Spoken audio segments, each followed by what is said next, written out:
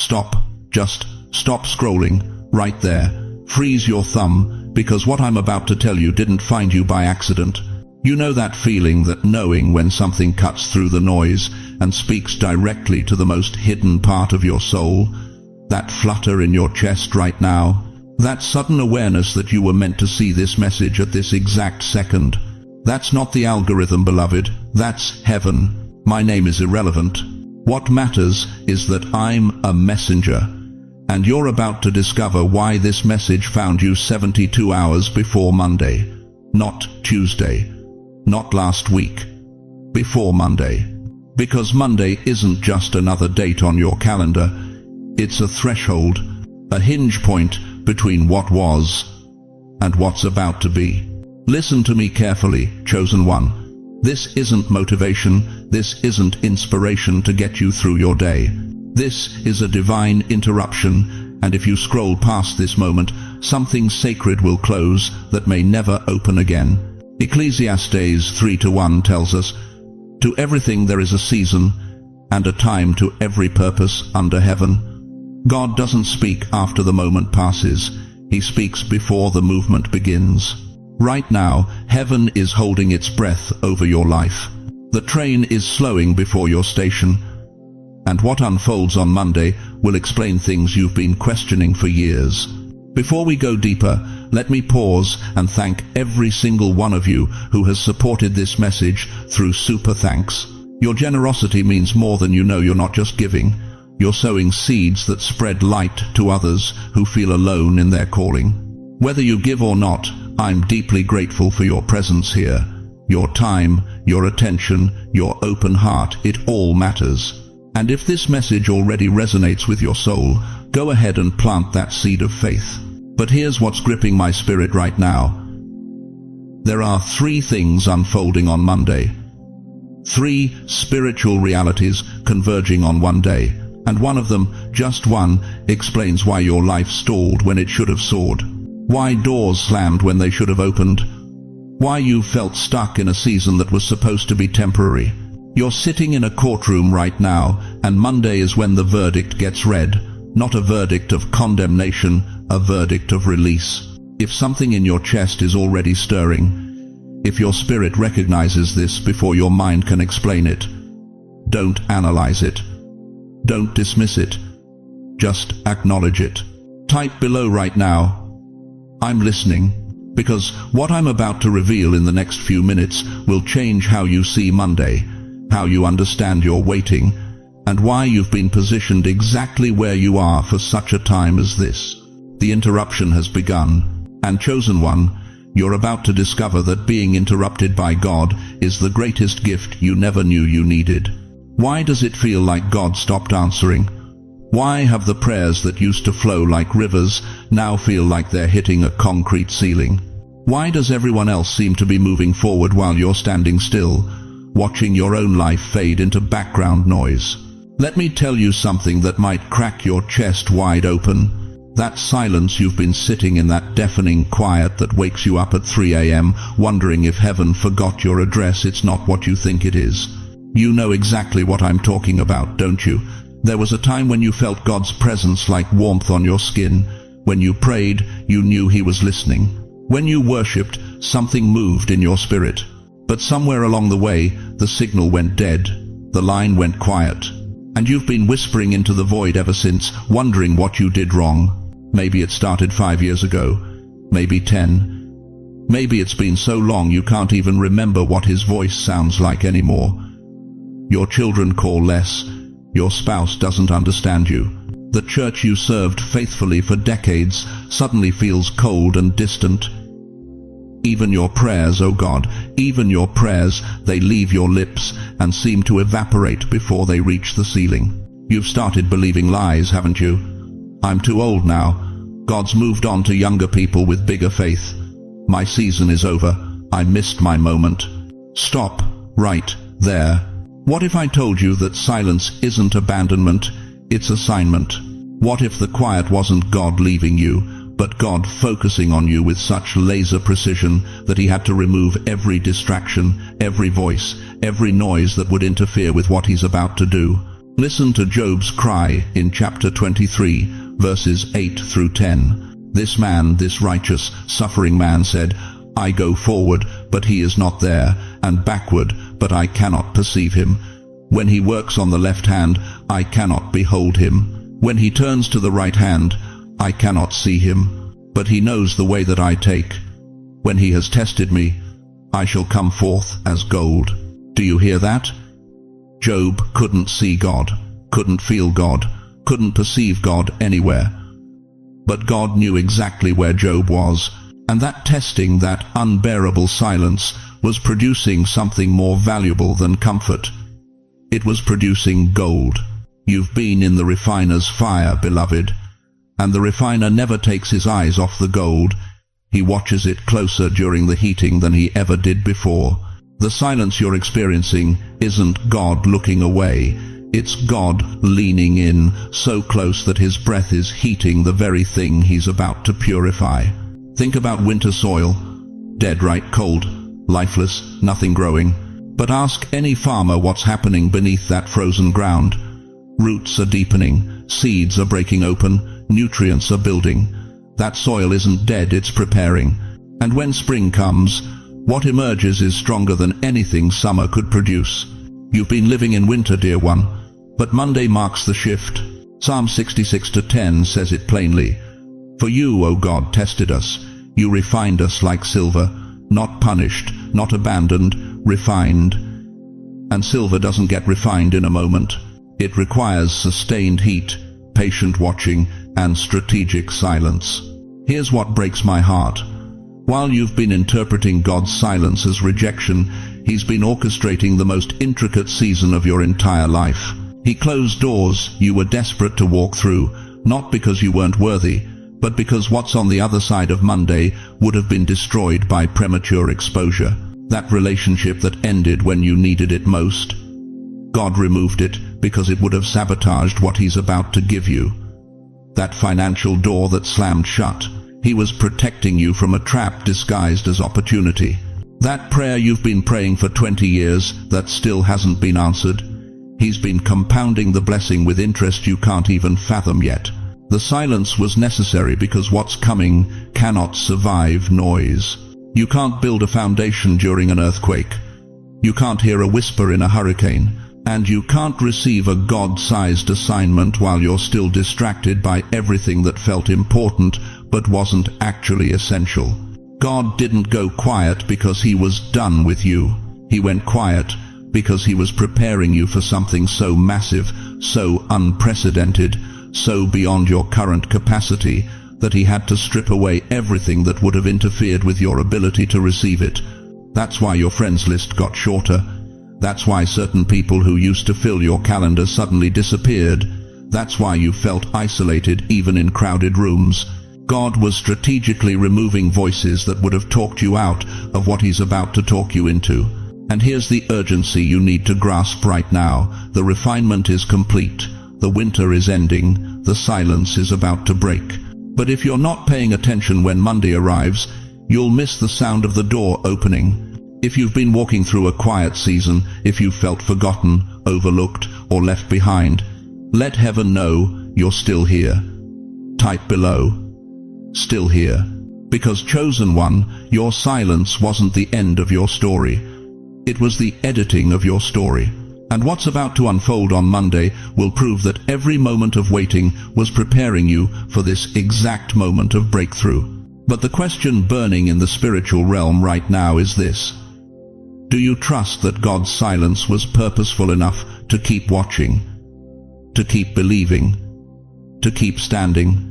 You know what nobody tells you about Monday. It's not just the day your alarm clock screams you back to reality. It's not just the end of your weekend freedom. Monday, in the biblical pattern, in the rhythm of heaven itself, Monday is the return to assignment. It's the day God repositioned creation after rest. The day humanity went back to stewarding Eden. The day disciples returned to their nets before Jesus called them out forever. And beloved, what you do on Monday, how you show up emotionally, spiritually, relationally on Monday, it sets the frequency for everything that follows. But here's what's gripping my spirit right now, and I need you to hear this with everything in you. Most people miss Monday entirely. Not because they sleep through it, not because they're not physically present. They miss it because Monday doesn't arrive with trumpets and angels. It doesn't look spiritual. It looks ordinary. And that's exactly how the enemy wants it. Think about Esau for a moment. Genesis 25, one ordinary day, one bowl of stew, one decision that felt insignificant in the moment. He was tired, he was hungry. He looked at his birthright, this invisible, future, spiritual inheritance, and he looked at the soup in front of him, hot, real, immediate. And he traded eternity for comfort. The Bible says he despised his birthright, not because he hated it, but because he couldn't see it. It wasn't tangible enough. It wasn't Monday enough. It was too spiritual for a Monday transaction. How many of you have traded something eternal for something immediate? How many times have you chosen the comfortable conversation over the confrontational truth? The easy path over the anointed one? The familiar dysfunction over the frightening freedom? That wasn't weakness, dear one. That was a Monday you didn't recognize. Or consider this, Luke 19:44. Jesus is weeping over Jerusalem, and he says something that should shatter every believer who's ever felt like they missed their moment. He says, "They will dash you to the ground, you and the children within your walls. They will not leave one stone on another, because you did not recognize the time of God's coming to you." Did you catch that? You did not recognize the time. Not you weren't chosen. Not you weren't worthy. You didn't recognize the moment when heaven showed up wearing work clothes. That's the Monday warning, chosen one. Divine visitation doesn't always look divine. Sometimes it looks like an ordinary decision, a mundane conversation, a regular Monday that you almost slept through spiritually. Right now, some of you are feeling something you can't name, a stirring, a knowing. That's not anxiety, that's recognition. Your spirit is waking up to the fact that this coming Monday isn't ordinary. It's a hinge point. And what you do with it will either propel you forward or keep you circling the same mountain for another year. Think about the 5 virgins in Matthew 25. They had the same invitation as the wise ones. They showed up to the same wedding. They carried the same lamps. But their oil ran low. And when the bridegroom came, not with a billboard announcement, not with a week's notice, but in the middle of an ordinary night, they weren't ready. And the door closed. Here's what haunts me about that parable. They didn't reject the bridegroom. They didn't deny the faith. They just ran out of oil at the wrong time. They missed the moment because they thought they had more time to prepare. Is your oil running low right now? Are you coasting on last year's anointing? Are you living off the spiritual momentum of a season that ended months ago, convincing yourself that you're fine because you haven't completely crashed yet? That alarm clock that's been ringing in your spirit for weeks, that restlessness, that dissatisfaction, that holy discomfort with where you are, that's not condemnation, that's preparation. God is sounding the alarm before Monday arrives because he knows something you don't see yet. This Monday, something shifts, not in the world, in the spiritual atmosphere over your life. Doors that have been sealed are cracking open. Voices that have been silent are about to speak. Assignments that have been delayed are being released. But here's the warning I cannot soften, the truth I cannot sugarcoat. If you approach Monday the way you've approached every other Monday, distracted, disconnected, dragging yesterday's defeats into tomorrow's opportunities, you will miss it. You will walk right past your burning bush because you're too busy complaining about the desert. How many burning bushes have you walked past because they looked like regular bushes? Most people miss Monday because it doesn't arrive in a chariot of fire. It arrives in your kitchen, in your commute, in the ordinary rhythm of your Wednesday that happens to fall on a Monday. And if you're not spiritually alert, if your oil isn't fresh, if your heart isn't postured to recognize heaven in work clothes, you'll trade your birthright for comfort again. But not this time, not this Monday, because I'm about to show you exactly what not to do when Monday comes. And beloved, most people, even believers, even chosen ones, get this devastatingly wrong. Stay with me. The final revelation is coming, and it will explain why your waiting has felt so long and why it's about to end. You feel it, don't you? That restlessness in your chest, that low hum of expectation mixed with dread. You're waiting for Monday like it's going to arrive with trumpets and thunder, with signs so obvious even your neighbor will see them. But what if I told you that the most dangerous assumption you could make right now is believing you'll know when the moment comes? Let me ask you something that might sting. What if Monday has already started and you've been failing the test since the moment you clicked on this message? See, chosen one, here's what nobody wants to tell you because it's uncomfortable, because it confronts the very foundation of how we think faith works. The test God is giving you right now isn't about belief. You already believe. You wouldn't be here if you didn't. The test, the real test, is about your response when heaven moves in whispers instead of shouts. Think about your life right now. How many times have you prayed for breakthrough, begged God for a sign, cried out for direction? And then when He answered in stillness, you called it silence. When He moved subtly, you called it coincidence. When He whispered next steps, you waited for a loudspeaker. That's the test, beloved. Not, do you have faith? But, can you respond when the answer doesn't look like you expected? Hebrews 3:15 cuts straight to the bone. Today, if you hear His voice, do not harden your hearts. Not tomorrow, not Monday. Today, right now, this moment. The test is whether you can hear what's being spoken in the language of the Spirit, instead of demanding it be translated into the language of your impatience. Let me paint you a picture. You plant a seed in good soil, rich, dark earth. You water it, you wait. But nothing happens on day 1, nothing visible on day 2. By day 7, you're questioning if the seed was even real. By day 14, you're bitter. I did everything right, you mutter. Where's my harvest? But beneath the surface, in the hidden places you can't see, roots are spreading. Life is forming. The miracle is happening in the dark.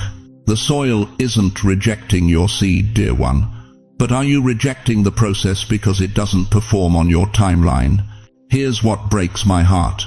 I've watched people stand at the edge of their breakthrough and walk away because God's timing didn't match their desperation. I've seen chosen ones get the whisper from heaven, clear as a bell, and then talk themselves out of it because it seemed too small, too quiet, too ordinary. You wanted a burning bush. God gave you a still, small voice. You wanted the Red Sea to part with crowds watching. God gave you a narrow door that only you could see. You wanted validation from people. God gave you confirmation in your spirit. And you almost missed it because you were waiting for something bigger. Think about the Israelites circling Jericho. 6 days of walking in complete silence. No war cries, no celebrations, just obedience in the quiet. Can you imagine the doubt creeping in? Are we just walking in circles? Is this really God's plan, or are we being foolish? But the test wasn't their faith in God's power, it was their willingness to obey when obedience looked ridiculous. The walls didn't fall on day 1 because they believed hard enough. The walls fell on day 7 because they passed the test of faithfulness in the silence. Right now, you're in your circle. You're in that quiet obedience phase where nothing looks different. Your bank account hasn't changed. Your health report still says the same thing. Your family situation looks identical. And a voice in your head is screaming, "This isn't working." But what if it's working in ways you can't measure yet? What if Monday isn't about everything changing? What if Monday is about you discovering that something already changed, and you're just now catching up to what God did while you were busy doubting? Let me ask you something raw and real. Are you resentful? Deep down, beneath the prayers and the praise, is there a quiet anger at God for making you wait this long, for not answering faster, for letting others seem to get their miracles while you're still standing in the same spot you were standing in 5 years ago? That resentment, beloved, that's the test revealing itself. Because the test isn't, will you praise God when He blesses you? Anybody can do that. The test is, will you trust Him in the gap between the promise and the manifestation? Moses spent 40 years in the wilderness before God called him to deliver Israel. 40 years of thinking his purpose had died in Egypt. 40 years of wondering if he'd misheard God's voice. But those 40 years weren't wasted time, they were the test. And when Monday came, when that burning bush moment finally arrived, Moses was ready not because he was perfect, but because he'd learned to live in the tension of unanswered questions. Here's the mystery that will either liberate you or offend you. The test ends before you realize it started. Monday isn't when the test begins. Monday is when the results are revealed. And what happens on Monday will be a direct reflection of how you responded today, yesterday, this week, this month, in all the moments when heaven seemed quiet. You've been taking the exam this whole time. Every moment you chose trust over complaint. Every morning you got up and prayed, even when it felt like your prayers hit the ceiling. Every time you obeyed that small nudge in your spirit, even though it made no logical sense. Those weren't random acts of faith. Those were test questions, and you've been answering them. So here's my question for you, and let it settle deep. Are you willing to pass this test quietly? Are you willing to let God move on his timeline instead of demanding he bend to yours? Are you willing to respond to whispers the same way you would to thunder? If you are, if you're ready to stop rushing God and start trusting his rhythm, type below right now, I won't rush. Because what I'm about to show you next will reveal exactly what happens when someone passes this hidden test, and why Monday is about to make perfect sense. You want to know why you're still stuck? Why, after all the prayers, all the fasting, all the believing, nothing's moved? Let me tell you something that's going to shake you to your core. It's not that God forgot you, it's that he's been waiting for you to stop fighting him. See, you thought Monday was just another day. Another sunrise, another 24 hours of the same routine that's been grinding you down for months, maybe years. But I need you to hear this with every fiber of your being. Monday is not about what happens. Monday is about what aligns. And when alignment happens, beloved, movement is inevitable. Think about a lock. You can push on a door with all your strength. You can throw your shoulder against it until you're bruised and bleeding. You can scream at it, curse at it, beg it to open. But until that lock clicks, until every tumbler falls into its precise position, that door will not budge. Not 1 inch. You've been pushing. God's been positioning. You've been crying, why not now? Heaven's been whispering, not yet ready. Habakkuk 2-3 says it plainly. Though it tarry, wait for it, because it will surely come, it will not tarry. Did you catch that holy contradiction? It tarries, but it won't tarry. It delays, but it's right on time. How can both be true? Because God's timing isn't about your calendar, it's about your capacity. Let me ask you something that might sting. How many times have you begged God for something you weren't ready to steward? How many times did you cry out for promotion when you hadn't learned submission? How many times did you demand the promise when your character couldn't contain it? I'm not talking about worthiness. You were made worthy by the blood of Jesus. I'm talking about readiness. There's a difference between being qualified by grace and being prepared for assignment. And God, in his infinite mercy, will not give you what will destroy you. So he held you still.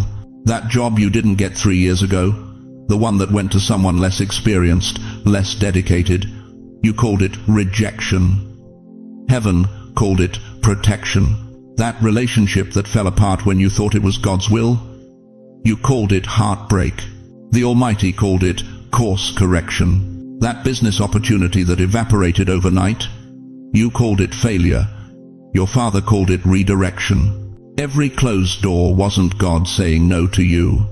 It was God saying not yet to the version of you who wasn't ready for what was behind it. But something shifted while you were in the stillness. Something you couldn't see, couldn't measure, couldn't track on any earthly timeline. Like a river deep beneath the surface, slowly, imperceptibly changing direction, your spirit has been realigning. Your heart has been recalibrating. Your faith has been maturing in the dark places where no one was watching. And Monday? Monday is when the underground river breaks through to the surface. Here's what most people don't understand about divine timing. God doesn't move you until He trusts you with stillness. He doesn't accelerate your life until you've learned to be faithful in the parking lot. He doesn't open the floodgates until you've proven you can worship in the drought. You think you've been waiting on God?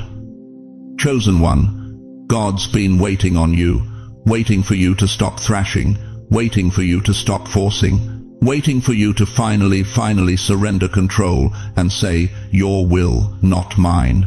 Your timing, not mine. Your way, even when I can't see it. That surrender you whispered last Tuesday at 2 a.m. when you couldn't sleep, when you stopped demanding and started trusting. Heaven took notice. Angels leaned in. The Father nodded and said, now they're ready. Think about a scale. For years it's been tipping back and forth, faith on one side, fear on the other, hope here, doubt there. One day you're up, the next you're down. But recently, something changed. The weight started shifting. Not dramatically, not all at once, but steadily, consistently, the scale has been balancing. And Monday is when it tips permanently in your favor. I can feel some of you right now, tears streaming down your face, because this is explaining the last 6 months, the last year, the last decade of your life. You couldn't understand why God was silent when you were screaming. You couldn't comprehend why heaven seemed locked when you needed it most. You thought you were being punished. You were being prepared. Every unanswered prayer was answered, just not the way you expected. Every delay was actually divine protection. Every no was heaven saying, I have something better, but you're not ready yet. Trust me. Wait for it. It's coming. And it is coming, beloved. It is coming. Monday isn't just another day. It's the day alignment becomes movement. It's the day the underground river surfaces. It's the day the scale tips. It's the day the lock finally clicks open. If this explains your last season, if this is why you've been stuck when you should have been soaring, if this is the answer to questions you've been asking God in the dark, type it right now. Now I understand. Because understanding is the bridge between where you've been and where you're going. And what you're about to discover next will show you exactly what unfolds when alignment meets appointment, when preparation meets opportunity, when your faithfulness in the stillness finally meets God's movement in the suddenly. Now listen to me very carefully, chosen one, because what I'm about to tell you will determine whether Monday becomes your breakthrough or just another day you let slip through your fingers. You've been waiting for instructions, haven't you? Waiting for God to send you a 10-step plan, a detailed roadmap, a strategy session with bullet points and timelines. But that's not how divine alignment works. That's not how the Holy Spirit moves when He's repositioning you for something you couldn't orchestrate on your own. Here's what heaven is asking of you on Monday. And I need you to understand, these aren't suggestions. These are spiritual protocols that will determine whether you step into what's been prepared or step right past it. First, don't rush your conversations. I know that sounds simple, maybe even disappointing. You were expecting something more dramatic, more spectacular. But let me tell you why this matters more than you realize. On Monday, God is going to speak through the most ordinary moments. A phone call from someone you haven't heard from in months, a conversation at the grocery store, a comment from your grandchild that seems random but carries weight. Most people rush through these moments. They're thinking about what's next, what's for dinner, what's on the news. But you're going to be different. Because when God is repositioning pieces on the chessboard of your life, He doesn't announce it with trumpets. He whispers it through the mouths of people you'd normally dismiss. Proverbs 16:9 tells us, in their hearts humans plan their course, but the Lord establishes their steps. Your steps on Monday aren't about where you're going, they're about who you're hearing. Every conversation is a potential divine appointment. Every voice carries the possibility of a message you've been waiting years to receive. But here's what terrifies me, what breaks my heart. How many of you have already missed divine appointments because you were too distracted to notice them? How many phone calls did you cut short because you were too busy? How many people did God send into your path with a word, with an answer, with a key, and you barely looked up from your screen? Monday is your chance to stop missing what heaven is delivering. Second, don't announce your changes. This is where most people blow it. The moment they feel something shifting in their spirit, they run to Facebook. They post about their breakthrough before it's even broken through. They announce their healing before the scar tissue has formed. They tell everyone what God is doing while He's still doing it. And the moment they announce it, the anointing leaks, the power dissipates, the enemy gets intel he was never supposed to have. Listen to what Jesus said in Matthew 6:6. But when you pray, go into your room, close the door, and pray to your Father who is unseen. There's a reason He told us to close the door. There's a reason sacred things happen in secret places. Because transformation requires incubation, and incubation requires silence. When Mary received the word that she would carry the Messiah, what did she do? Luke 1:29 says she was greatly troubled at His words and pondered what kind of greeting this might be. She pondered. She held it. She didn't run to the village square and announce what the angel had told her. You know why? Because some assignments are so sacred, so significant, that speaking about them prematurely is like opening the oven door while the bread is rising. You ruin what God is baking. On Monday, when you feel something shifting, when you sense a door opening, when you recognize an answered prayer manifesting, keep your mouth closed. Let God finish what He started without your commentary interrupting His work. Third, don't go back to old comforts. This is the one that will test you most, because Monday will feel uncertain, it will feel uncomfortable, and every fiber of your being will want to retreat to what's familiar. That old relationship that keeps you small, that old habit that numbs your pain, that old mindset that keeps you safe but stuck. But Exodus 14:14 declares with thunderous authority, the Lord will fight for you. You need only to be still. Be still. Not go backward. Not retreat. Not run back to Egypt because the wilderness feels too wide. Do you remember the Israelites? God delivered them from 400 years of slavery, parted the Red Sea, drowned their enemies. And what did they do the moment things got hard? They wanted to go back. Numbers 14:4 records their rebellion. We should choose a leader and go back to Egypt. Go back to slavery. Go back to bondage. Go back to what was killing them, because at least it was familiar. How many of you are one uncomfortable moment away from going back to what God delivered you from? How many of you will make it to Sunday night believing change is coming, only to wake up Monday morning and immediately reach for the same old comfort that's been keeping you captive? Your old life is a grave you've already been resurrected from. Don't climb back in. So here's what Monday requires: stillness. Sacred, uncomfortable, faith-filled stillness. Like holding a newborn, you don't shake it, you don't rush it, you just hold it and let life settle. Like waiting for the sun to rise, you can't force it, you can't hurry it, you just position yourself and watch glory break over the horizon. If you're willing to move differently this Monday, if you're ready to listen instead of talk, to hold instead of announce, to stay still instead of run backward, type it below right now: I'll be still. Because there's one mistake that cancels alignment faster than all the others combined. One error that will close Monday's door before it fully opens, and I'm about to name it. You know what breaks my heart right now? It's not the waiting you've endured. It's not even the doors that slammed in your face. What breaks my heart is that you've spent years believing you did something wrong. Listen to me, beloved. Every single time you tried to explain yourself before God revealed you, every time you forced a door open that heaven was holding shut, every time you rushed ahead because the silence felt unbearable, you weren't failing.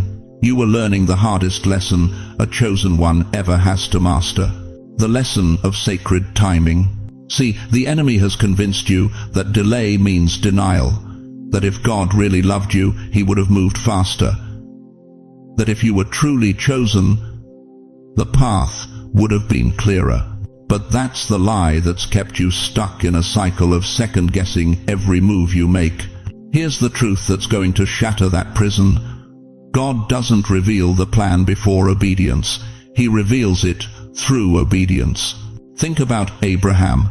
God said, "Leave your country, your people, your father's household, and go to the land I will show you." Genesis 12:1. Notice what God didn't say. He didn't give Abraham the address, didn't show him a map, didn't explain the route or the timeline or what he'd find when he got there. Just go, walk.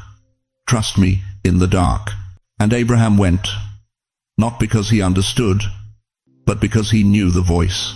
You've been waiting for understanding before you move. But Monday is asking you to move before you understand, to obey before you see, to trust the unfolding, even when the fog is so thick you can barely see your own hands in front of your face. Mark 4:26 tells us something that should stop you in your tracks. This is what the kingdom of God is like. A man scatters seed on the ground. Night and day, whether he sleeps or gets up, the seed sprouts and grows, though he does not know how. Did you catch that? He does not know how. The farmer doesn't understand the process. He can't see the roots spreading underground. He can't measure the cellular division happening in the darkness. But the seed doesn't need his understanding to grow. It just needs his obedience to plant it. What if everything you've been agonizing over? What if it's been growing while you slept? What if Monday isn't the beginning of your breakthrough, but the revealing of what's already happened in the unseen realm? You've been staring at the same soil for months, maybe years, seeing nothing but dirt. But underneath, oh beloved, underneath roots have been spreading. Strength has been building. Life has been preparing to burst through the surface in a way that will leave you breathless. The curtains are about to open, and when they do, you're going to see that every closed door wasn't rejection, it was protection. Every delayed answer wasn't God ignoring you, it was God positioning you. Every moment you felt forgotten was actually the moment you were being prepared for something your younger self couldn't have handled. This is why you had to wait. This is why the harvest couldn't come sooner. Because if God had given you what you wanted when you wanted it, you would have been crushed by the weight of a blessing you weren't ready to steward. But now you've been refined by the waiting, strengthened by the silence, matured by the mystery. And Monday is when heaven says, "You're ready, the soil has done its work. It's time for the harvest to appear." Here's what I need you to understand with every fiber of your being. You didn't miss anything, not one single thing. Every detour was divine direction. Every setback was set up. Every time you thought you were falling behind, you were actually being held back, protected from settling for less than what God had prepared. The light is breaking through the fog right now. Can you feel it? That shift in the atmosphere? That knowing that something has changed even though everything looks the same? That's not wishful thinking, chosen one. That's prophetic confirmation that what was hidden is about to be revealed. But here's the final truth that will determine everything. You have to stop interfering. You have to stop trying to figure it out, force it open, make it make sense. You have to let Monday unfold the way heaven designed it, not the way your anxiety demands it. God reveals after obedience, not before. And your obedience on Monday isn't doing something dramatic. It's trusting something sacred. It's believing that the same God who scattered the seed is faithful to bring the harvest, even when you don't know how. So, let me ask you this, and I want you to answer from the deepest place in your spirit. Are you ready to stop explaining yourself and start trusting the unfolding? Are you ready to believe that what's coming on Monday has been growing in the dark all along? If you are, if you're finally ready to let God be God and stop playing director of your own deliverance, then type it below right now. Don't think about it. Don't analyze it. Just declare it. I won't interfere. Because what happens next requires your surrender, not your strategy. And the moment you release control is the moment heaven takes over. The harvest is here, beloved. The question is, will you let it come up in its time, or will you keep digging up the seed to check if it's growing? You want to know what's been eating at you for the last 5, 10, maybe 20 years? It's not that God hasn't answered your prayers, it's that He hasn't explained His silence. You've been on your knees begging for clarity. God, just tell me why. Why did my spouse leave? Why did the money run out? Why did my children stop calling? Why did you let me get this far just to watch everything fall apart? And the heavens stay quiet. Not cruel, just quiet. And that silence? It's been killing you, hasn't it? Let me tell you something that might shake you to your core. God's refusal to explain himself isn't neglect, it's strategy. It's not abandonment. It's preparation for what you can't yet handle. See, we've been taught that a good father explains everything. That love means transparency. That if God really cared, he'd sit us down like children and walk us through every decision, every detour, every devastating delay. But that's not how the Almighty operates. And there's a reason. Isaiah 55:8-9 cuts straight to it.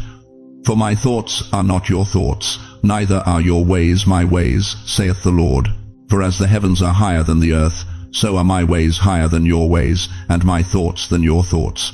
You've been demanding an explanation from someone whose mind operates on a level you literally cannot comprehend. It's like a 2-year-old demanding to know why the doctor is about to perform surgery. The child doesn't have the capacity to understand germ theory, anesthesia, or the necessity of cutting to heal. All they know is fear. All they feel is pain. But the surgeon doesn't stop the procedure to explain, because explanation in that moment would create more terror, not less. Here's what nobody told you about faith. God doesn't withhold explanations because he doesn't care. He withholds them because premature understanding would destroy what he's building. Think about it. If God had told Abraham the full plan, that he'd have to wait 25 years for Isaac, that he'd be asked to sacrifice that same son on an altar, that his descendants would spend 400 years in slavery before the promise fully unfolded, would Abraham have said yes on day one? Or would the weight of knowing have crushed him before the journey even began? Jesus himself said it in John 16:12. I have yet many things to say unto you, but ye cannot bear them now. Even the Son of God looked at his own disciples, men who walked with him daily, and said, You're not ready for the full truth yet.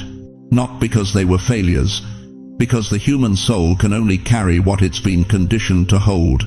You've been treating God's silence like punishment when it's actually protection. You've been interpreting his mystery as distance when it's actually intimacy at a level your current understanding can't access. Let me ask you something that's going to cut deep. What if the very thing you've been crying out for God to explain is the exact thing that, if explained too early, would have made you abort the mission? What if knowing the full cost up front would have sent you running? What if seeing the complete timeline would have convinced you that you're not strong enough, not faithful enough, not equipped enough? What if God's silence has been the only thing keeping you in position for the breakthrough that's been building behind the scenes? A pilot doesn't announce every pocket of turbulence before it hits. Why? Because passengers would panic before there's any real danger. A surgeon doesn't explain every micro-decision during the operation. Why? Because the patient under anesthesia can't process the information, and consciousness during surgery would cause trauma, not clarity. And a father doesn't argue with a child who's being carried away from danger. He just moves. God has been moving you, chosen one, and you've been so busy demanding explanations that you haven't noticed he's been positioning you the entire time. Here's the shift that needs to happen in your spirit right now. You've been operating on faith for outcomes. God, if you just tell me how this ends, I'll trust you. But that's not faith. That's negotiation. Real faith, the kind that moves mountains, the kind that parts seas, the kind that raises the dead, that's faith for trust. God, I don't understand. I can't see. I'm terrified. But I'm staying. The Israelites stood at the Red Sea, with Pharaoh's army closing in from behind and an impossible wall of water in front.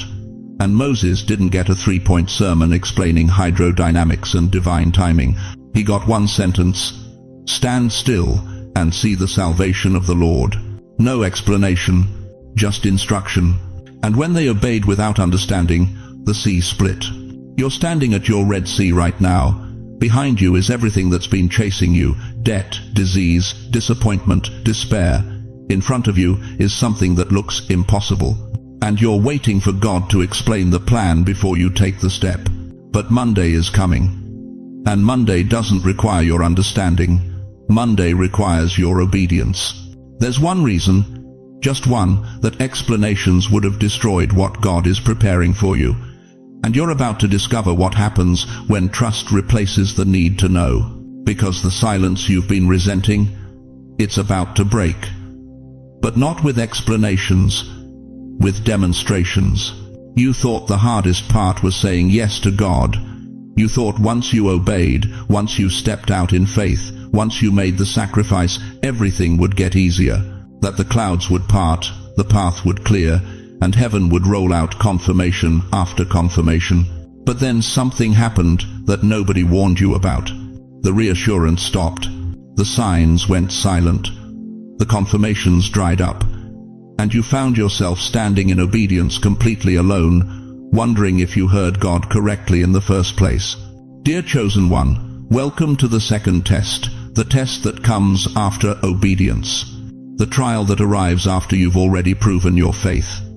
This is where Abraham stood on Mount Moriah with the knife raised. This is where Moses wandered 40 years after the burning bush. This is where Jesus fasted in the wilderness immediately after heaven declared, "This is my beloved Son."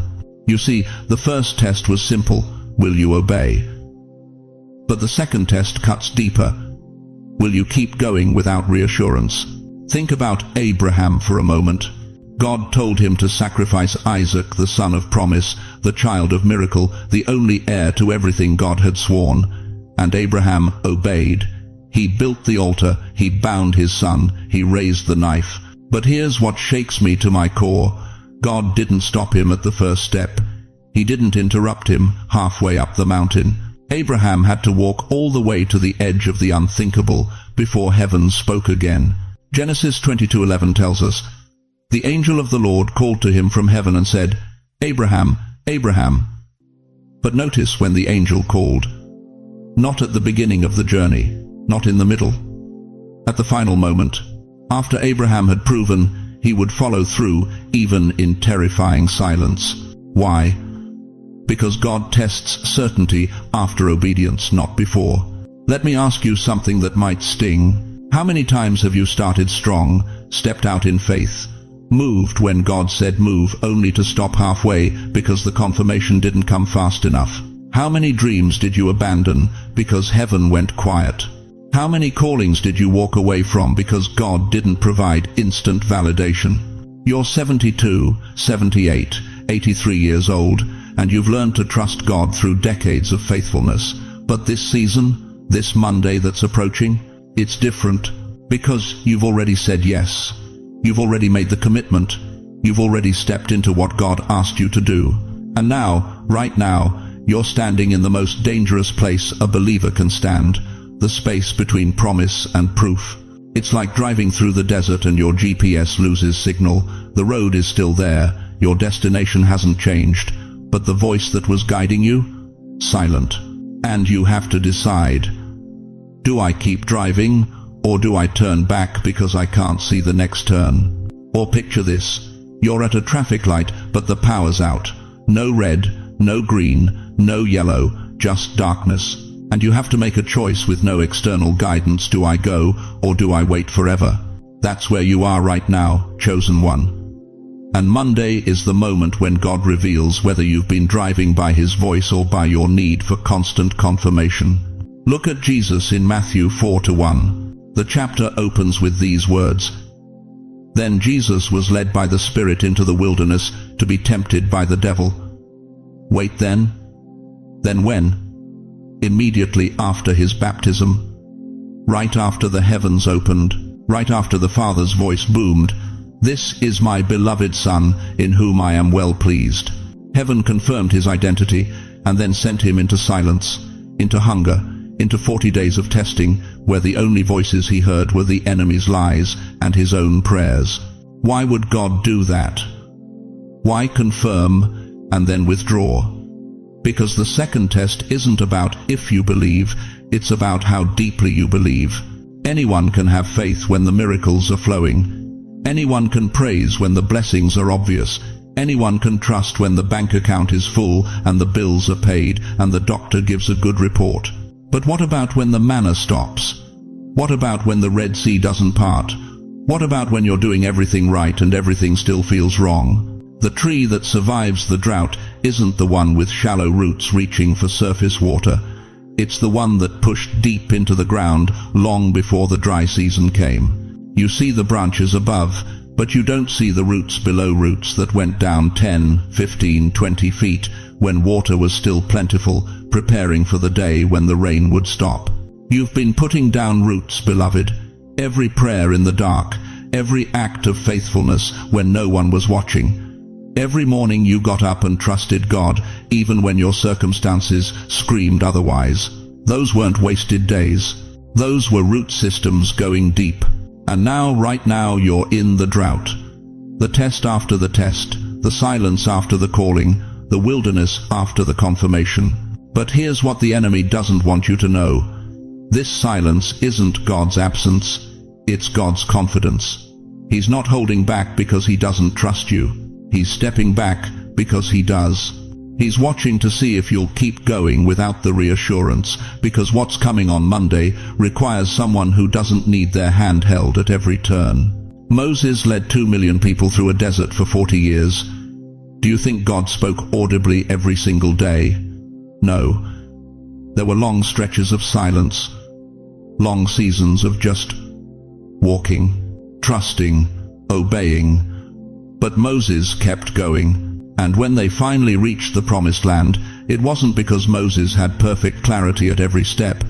It was because he had deep certainty about the one who called him. So let me ask you directly, and I want you to feel the weight of this question in your chest right now. If God never spoke another word to you after Monday, if heaven went completely silent for the rest of your life, would you still trust him? Would you still follow? Would you still believe? Because that's the second test. And Monday is when God finds out who passes. If this feels uncomfortably accurate, if something in your spirit is screaming, "Yes, this is me," then don't scroll past this moment. Type it below, right now, "I won't turn back."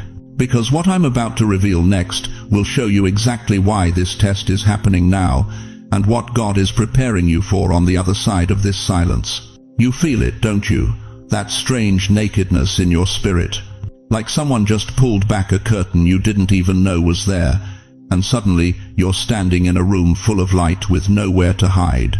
Your hands are trembling just a little bit, your chest feels tight, and there's this question burning in the back of your mind that you're almost afraid to ask out loud. What if I've been wrong about everything? Listen to me, beloved. That vulnerability you're feeling right now, that sense of being stripped bare before God and yourself, that's not condemnation, that's consecration. You're not falling apart. You're finally coming together. For 70, 80, maybe 90 years, you've been wearing armor you didn't choose. Armor made of other people's expectations. Armor forged from disappointments you survived by becoming hard. Armor built from decades of "I'm fine" when you were dying inside, "I can handle it" when you were drowning, "It doesn't bother me" when it was killing you slowly. And now, right now, in this sacred moment, God is removing that armor. Not to shame you, to crown you. But first, the old protection has to go. Think about Genesis chapter 3.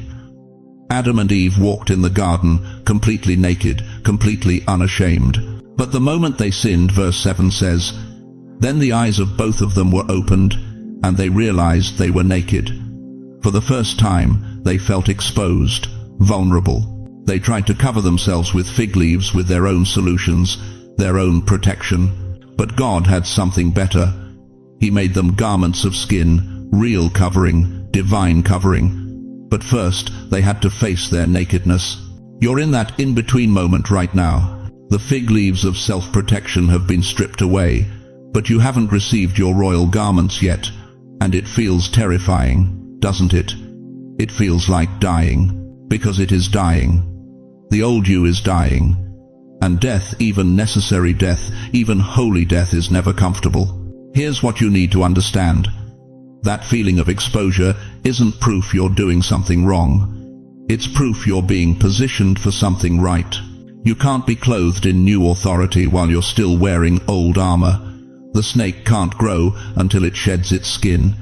And right now, chosen one, you're shedding. 2 Corinthians 12-9 records the most powerful words Jesus ever spoke to Paul.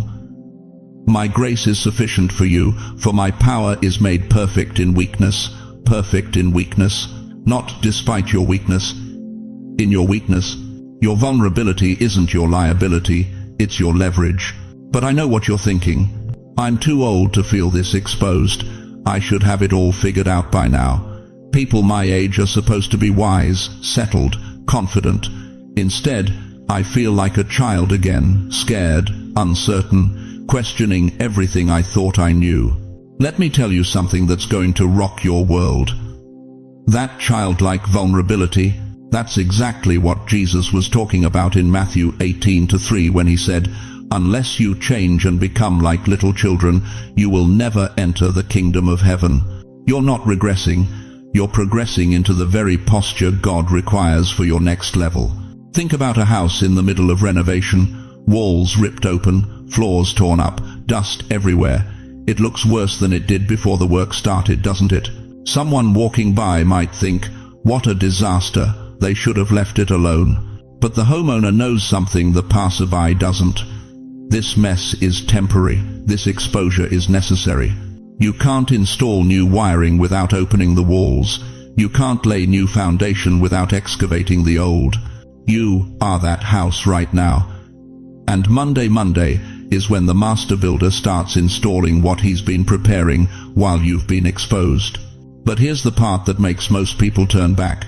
Here's where the majority quit and try to put their old armor back on. They can't stand the feeling of vulnerability long enough to receive what's coming. They'd rather be safe than transformed. They'd rather be protected than promoted. They'd rather hide behind familiar walls than stand naked before God and let Him rebuild them from the inside out. Don't you dare be one of them. You know why this feels so intense? Because you're not just being exposed to yourself. You're being exposed to your destiny. And destiny always sees you before you're ready to be seen. It always calls you forward before you feel prepared. It always demands vulnerability before it grants authority. Every king in Scripture had to be stripped before being crowned. Jesus was stripped of his garments before he wore the crown, even if it was thorns first, glory later. Exposure is proof you're no longer hidden from your destiny. You've been in the cave too long. You've been in the wilderness too long. You've been in the shadows too long. And God is saying, enough. Come out, stand in the light. Let me show the world what I've been building in secret. That nakedness you feel, it's holy ground. That vulnerability, it's sacred soil. That sense of being utterly seen, that's intimacy with the divine you've been crying out for your entire life. But I need to warn you about what happens next, because Monday isn't just about exposure. Monday is about exchange. And what God wants to exchange in your life will require you to let go of something you've been gripping for decades. The question is, are your hands open, or are they still clenched around what's already dead? You know what nobody tells you about obedience? Nobody warns you about what comes after you say yes to God. They don't prepare you for the silence that follows your surrender, the emptiness that greets your faithfulness, the cruel, crushing weight of waiting when you've already done everything right. You obeyed, you said yes, you walked away from what was comfortable and stepped into what He called you to do, and then nothing. Days turned into weeks, weeks turned into months, months became years, and now you're sitting there at 70, at 80, wondering if you heard Him wrong, wondering if your obedience was just foolishness dressed up in faith. Let me tell you something that's going to shatter every lie the enemy has whispered in your ear during this waiting season. The wait after obedience is not punishment, it's preparation for your coronation. Think about David, 17 years old when Samuel poured that oil over his head. 17. The prophet of God himself declared, "This is the king." But what happened next? Did David walk straight into the palace? Did he sit on the throne the next morning? No, beloved. He went back to the sheep, back to the fields, back to obscurity, then to the battlefield, then to the fugitive caves, then to exile, year after year after year, running from the very throne that God had already promised him, hunted like an animal, betrayed by those he trusted, sleeping in holes in the ground while Saul slept in a palace that should have been his. Can you imagine what those years felt like? Can you picture David lying in that cave at night, touching his head where the oil had dried, wondering if he'd imagined the whole thing, wondering if God had changed his mind, wondering if obedience was supposed to feel this much like abandonment? But here's what David didn't know in those caves. Here's what you don't see when you're in the darkness between promise and fulfillment. God wasn't making him wait because he forgot about him. God was making him wait because the throne David was walking toward required a king that 17-year-old David wasn't yet ready to become. The delay wasn't denial.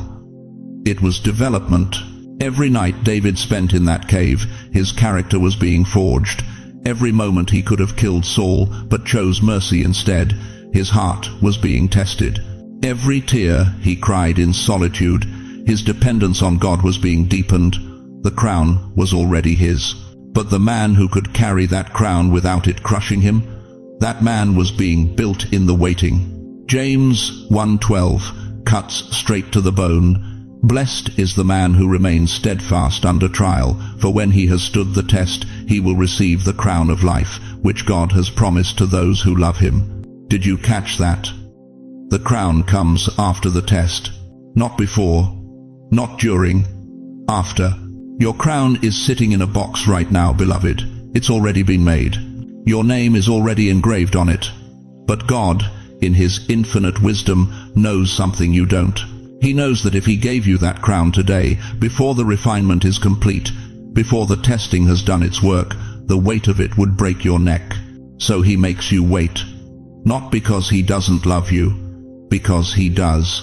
Think about bread rising in the dark. You mix the ingredients, you knead the dough, you shape it with your hands, and then what do? You put it in a dark place. You cover it, you walk away, and for hours nothing seems to be happening. If you didn't know better, you'd think the bread was just sitting there, forgotten, wasted. But something miraculous is happening in that darkness. The yeast is working, the dough is expanding, the structure is forming. And when you finally pull that cloth back, when you finally see what the darkness has produced, you realize the waiting wasn't emptiness, it was transformation. You've been rising in the dark, chosen one, and Monday is when the cloth gets pulled back. Romans 8:18 declares with absolute authority, "For I consider that the sufferings of this present time are not worth comparing with the glory that is to be revealed to us." Paul isn't saying your suffering doesn't hurt. He's saying the glory coming is so massive, so overwhelming, so far beyond what you've endured, that when you see it, when you finally step into what God has been preparing, you'll understand why the wait had to be this long. The sun doesn't apologize for rising slowly. It doesn't rush to the horizon just because you're tired of the dark. It moves at the exact pace required for the earth to turn, for the light to spread, for the new day to break properly. And right now, your sun is one breath away from cresting the horizon.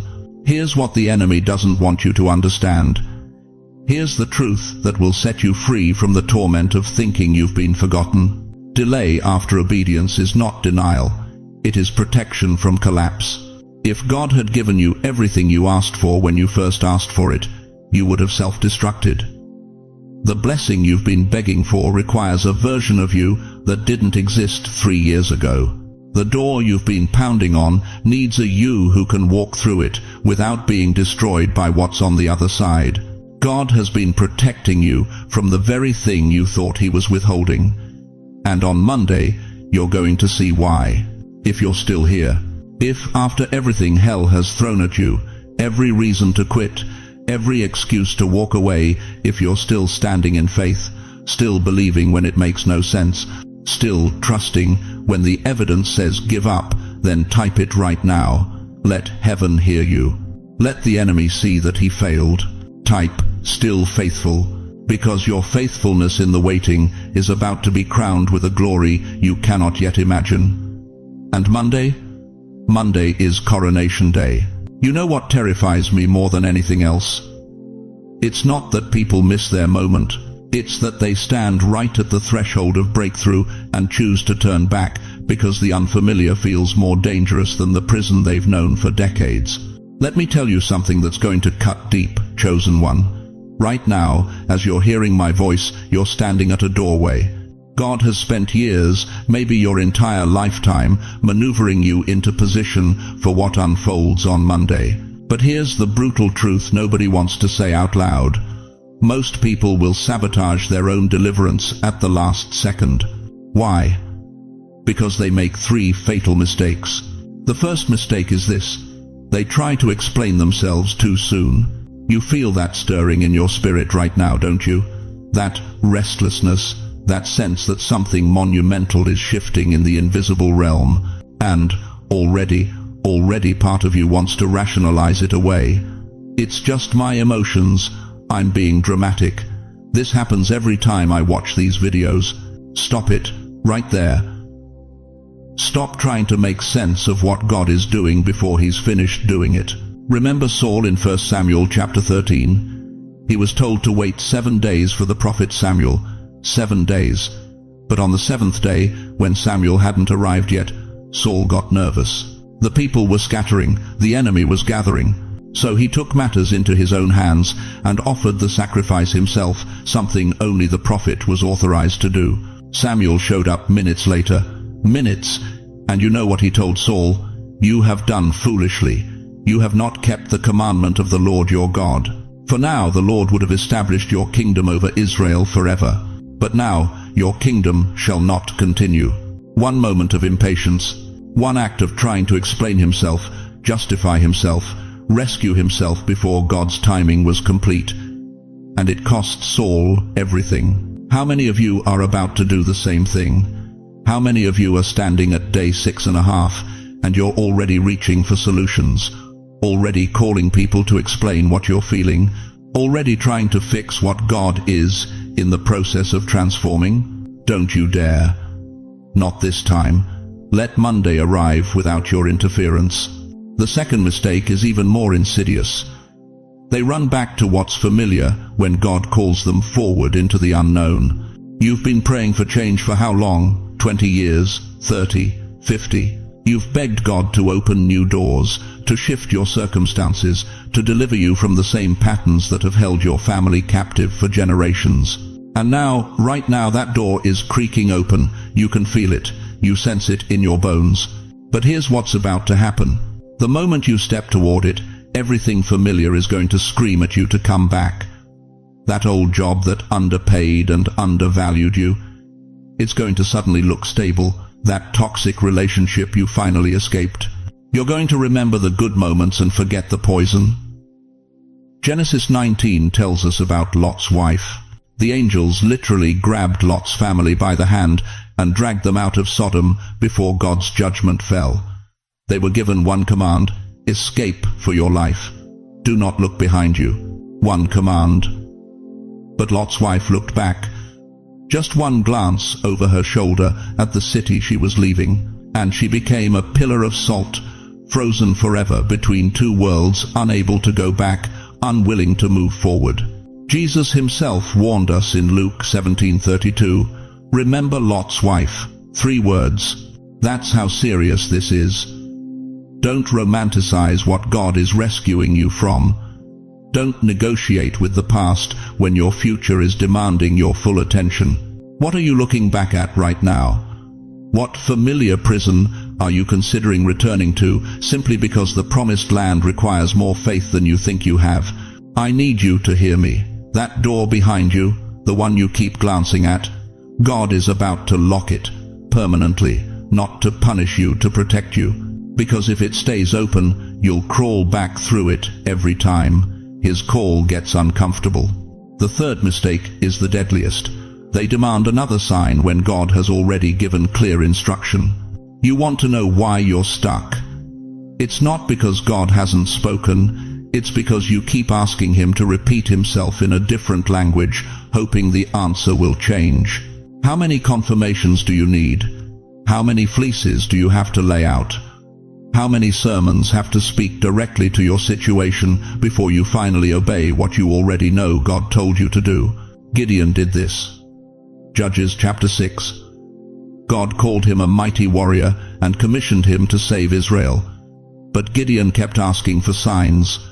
A wet fleece and dry ground, then a dry fleece and wet ground. God graciously gave him what he asked for, but can you imagine how much time Gideon wasted in disobedience while waiting for another confirmation? Monday is coming, whether you believe it or not. The train doesn't wait for passengers who are still debating whether they should board. The door doesn't stay open for people who are still looking back at where they came from. Here's what God is revealing last, and it will explain everything, but only if you stay. Only if you resist the urge to explain yourself prematurely. Only if you stop reaching for the familiar when he's offering you the miraculous. Only if you quit demanding signs and start walking in the revelation you already have. Because what unfolds on Monday isn't just about you receiving something new. It's about you releasing something old. And the hardest part of any deliverance isn't the bondage you're leaving, it's the identity you've built around that bondage that you now have to bury. So I'm asking you point blank, are you going to be like Saul, rushing ahead in fear? Are you going to be like Lot's wife, looking back in longing? Are you going to be like Gideon, stalling with endless questions? Or are you finally going to trust that the God who brought you this far knows exactly what he's doing? Because Monday is the day everything you've been waiting for collides with everything you've been avoiding. And what you choose in the space between now and then will determine whether you walk through that door or become a monument to what could have been. Beloved chosen one, as we reach the end of this sacred moment together, I need you to remember 3 things that will anchor your soul as Monday approaches. First, this message didn't find you by accident. The divine interruption you experienced wasn't random, it was heaven's appointment with your destiny. Second, the warnings I've shared aren't meant to frighten you, but to fortify you. God is protecting what he's about to release in your life. And third, Monday isn't just another day on the calendar, it's a threshold, a hinge point between what was and what's about to be. But here's what I need you to understand with absolute certainty. You are not walking toward Monday alone. Even when it feels like you're the only one who hears this call, the only one carrying this weight, the only one standing at this threshold, you're not. The God who orchestrated this moment is still working in your life right now. He hasn't brought you this far to abandon you at the doorway. He's been preparing you for decades. And what unfolds on Monday is the culmination of prayers you forgot you prayed, tears you thought he didn't see, and faithfulness he's been recording in heaven's ledger. And beyond God's presence, you have something beautiful right here. Look at these comments. Feel these spirits connecting. You're surrounded by a community of chosen ones who understand your struggle because they're living it too. We're not just viewers on a screen, we're a family in the spirit, ready to stand with you, pray with you, and remind you that you're never alone in this calling. So let me ask you this one final question, and I want you to let it settle deep in your heart. When Monday arrives, will you step through the door God has opened, or will you spend the rest of your life wondering what could have been? Before I release you, join me in prayer. Wherever you are right now, sitting in your living room, lying in your bed, driving in your car, I want you to receive these words as if I'm placing my hand on your shoulder, speaking directly over your life. Heavenly Father, I lift up every precious soul who has heard this message today. Lord, you know their names, you see their struggles, you feel the weight they've been carrying. Tonight, I pray that you would give them supernatural peace that surpasses all understanding. Calm every anxious thought, silence every voice of doubt. Remind them that you are faithful, you are present, and you have not forgotten them. God, as Monday approaches, I pray for divine courage. Give them strength to step forward when fear screams to retreat.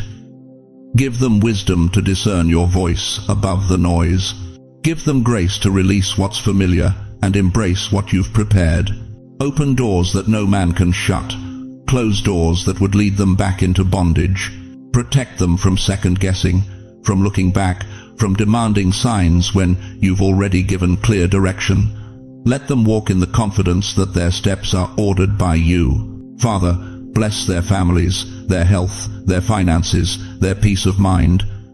Surround them with people who will speak life, not doubt. Give them dreams and visions that confirm what you're doing. And most of all, let them feel your presence so powerfully that they never question whether you're still working in their lives. In Jesus' mighty name, I seal this prayer over every person listening. Let Monday be the day everything changes. Amen. Now, beloved, I want to hear from you. Drop a comment below and tell me what God spoke to your heart today. Share what you're believing Him for as Monday approaches. Ask your questions. This community will surround you with prayer and encouragement. Don't hold back. Your testimony might be exactly what someone else needs to hear. And if this message touched your soul, please share it. There's someone in your life right now, a friend, a family member, a neighbor, who needs to know they're not alone, that their struggle has purpose, that Monday is coming for them too. If you haven't already, subscribe to this channel and ring that notification bell. You're not just subscribing to content, you're joining a movement of chosen ones who refuse to give up, who believe God is still speaking, who know their best days aren't behind them but ahead of them. Thank you for staying with me through this entire journey. Thank you for opening your heart. Thank you for being brave enough to believe that maybe, just maybe, your Monday miracle is already in motion. Until we meet again, walk in faith, walk in power, walk in the unshakable knowledge that you are chosen, you are loved, and you are never alone. God bless you mightily.